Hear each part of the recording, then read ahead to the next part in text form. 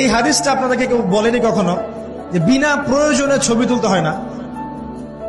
কিয়ামতের মাঠে সবচেয়ে বেশি শাস্তি যাদেরকে দেয়া হবে তারা হচ্ছে এক শ্রেণীর মুসাউয়ির, যারা তাসবির আঁকতো, ছবি আঁকতো বিনা প্রয়োজনে, অপ্রয়োজনীয়, এবং আল্লাহ পাকের সৃষ্টির মতো সৃষ্টি করত। এদেরকে কিয়ামতের মাঠে সবচেয়ে বেশি মর্মান্তিক শাস্তি দেওয়া হবে। এটা একটা হারাম কাজ, ক্ষেত্র বিশেষে হালাল করা হয়েছে। কিভাবে হালাল করা হয়েছে?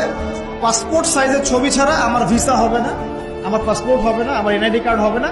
উলামায়ে কেরাম একসাথে বসে ইজমা করে দিয়েছেন, আচ্ছা এটা জায়েজ, এতটুকু জায়েজ। আর এই যে আমরা কথায় কথায় সেলফি আর এই ছবি, এই সংস্কৃতি কোথেকে আসলো?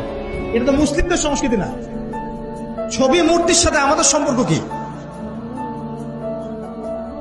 পিতার ছবিটা সুন্দর করে ঘরের মধ্যে লটকায় রাখছেন মালা দিয়ে, একদম কি বুঝাতে যাচ্ছেন আপনি? আপনি নেককার সন্তান, অথচ পিতার জন্য কোনো দোয়া নাই আপনার মনে। দাঁড়ান দাঁড়ান,